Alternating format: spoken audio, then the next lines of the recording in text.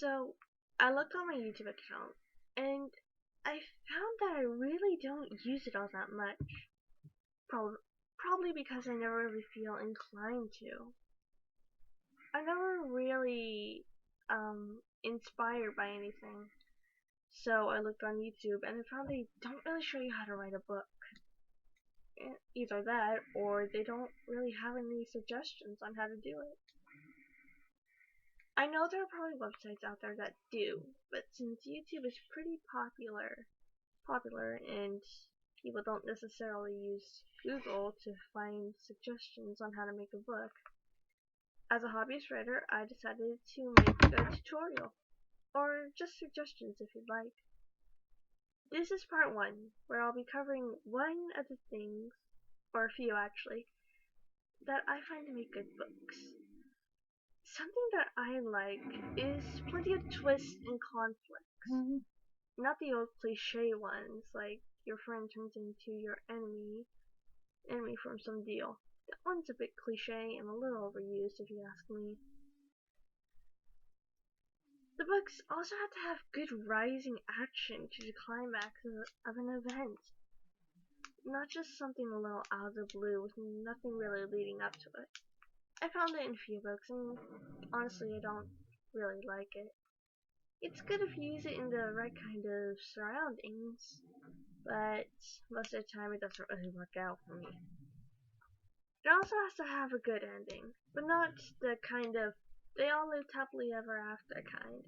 Like, maybe leave something unresolved between two characters, but it's not so big that you have to make a continuation. Now, if you do plan on making a continuation to another book, I would say that the ending in the first book has to be a little mysterious, and probably a little bit better if you ask me. That way the reader feels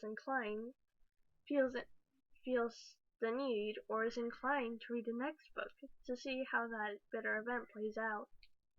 Mysterious is a bit overused, so I tend to add a little bitterness into there.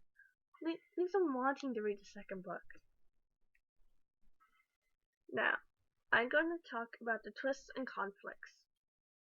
What I'd like to use as an example is the Nicholas Flamel series, The Secrets of the Immortal. I've read the first book and I'm partway into the second, and so far I love it. Now, the twist, there's plenty of conflict.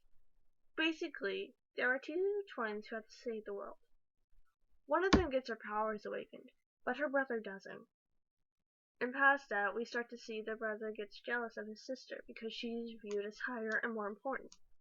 He's also worried that she'll get taken away from him because she's been the only constant in his life because their parents are always traveling to dangerous places. As for the twists, I've encountered a few, but not exactly major. Twist, if you ask me, is not like the old cliche, your ally turns into a friend, as I've already established. It's something well, maybe you make a new ally, but really they were your enemy from the start. They just used a cover-up. I don't really find that in a lot of books.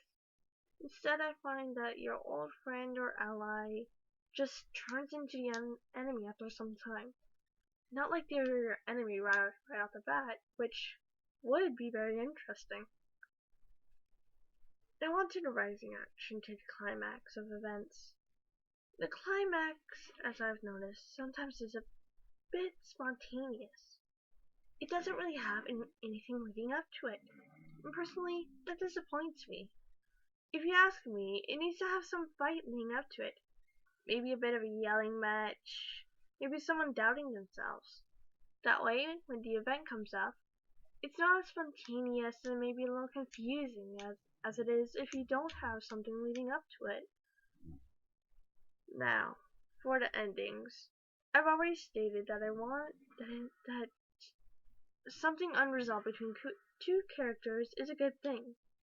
There's obviously other ways you can do it, but that's the main one.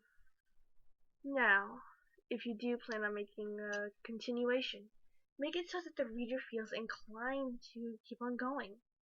A little bitter event may do the trick. Like, Make two characters have a fight at the end of the first book. And then, just as things are heating up, finish the book and go on to the second. The reader will want to know how the event ends, and they'll want to read your second book. That's how I like to do it. The mysterious ending is a bit overused, so that's why I would like the better thing. The same goes for the end of chapters if you want to. Well, I hope you found this first video useful. I'm going to try and make more, but I'm not so sure I'll be able to. It's taken about 4 or 5 videos to make this one without stuttering. Well, I hope you guys enjoyed this video, and leave comments letting me know if you want more.